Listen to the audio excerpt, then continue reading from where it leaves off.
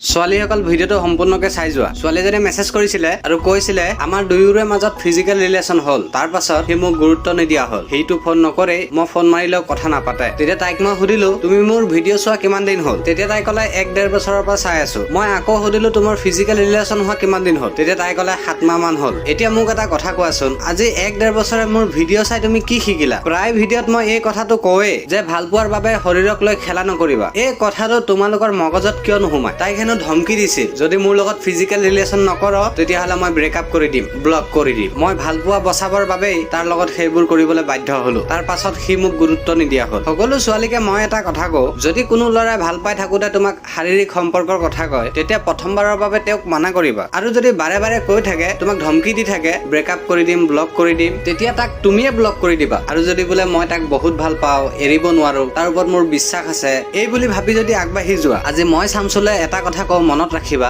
এদিন নহয় এদিন তোমাক ব্লক কৰি দিব। আৰু শুনা, তোমালোক মোৰ ফলোৱাৰ্ছ, মোৰ আপোন মানুহবোৰৰ দৰে। কেতিয়াবা হয়তো তোমালোকক টানকৈ কিবা এটা কৈ দিব পাৰো, কিন্তু বেয়া ভাবি নকওঁ, মনত ৰাখিবা। তোমালোক ছোৱালী হলে কি হ'ল, মই তোমালোকৰ লগত সদায় আছো, তোমালোকৰ বাবে কথা কৈ যাম। যদি পেজটোত নতুনকৈ আহিছা, চেনেলটোত নতুনকৈ আহিছা, ছাবস্ক্ৰাইব আৰু ফলো কৰি থৈ যাবা। ধন্যবাদ।